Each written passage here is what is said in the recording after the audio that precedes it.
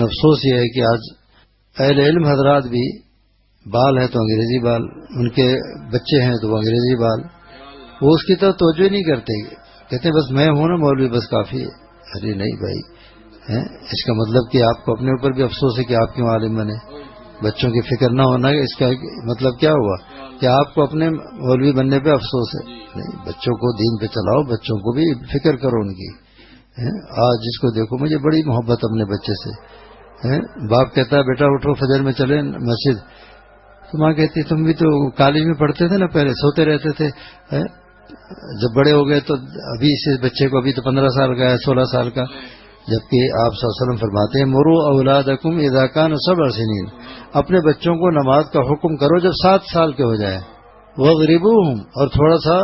دھب بھی لگاؤ اذا کان 10، 10 سال کے جب ہو جائے۔ جب وہ 7 سال سے نمازی بن جائے گا تو وہ کبھی خود نماز چھوڑے گا نہیں، کچھ بھی ہو جائے، اچانک اس کی آنکھ خود بخود کھلے گی، وہ مسجد جائے گا۔ اچھا، ماں اس کو روک کے وہ سمجھتی ہے کہ میں بڑا پیار اپنے بچے سے محبت کر رہی ہوں، حالانکہ اس کو محبت نہیں کہتے، یہ تو جہنم میں بھیجنے کا انتظام کر رہی ہو۔ اولی پرسش نماز بود، سب سے پہلا حساب کتاب نماز کا ہوگا، سب سے پہلا حساب کتاب نماز کا ہوگا،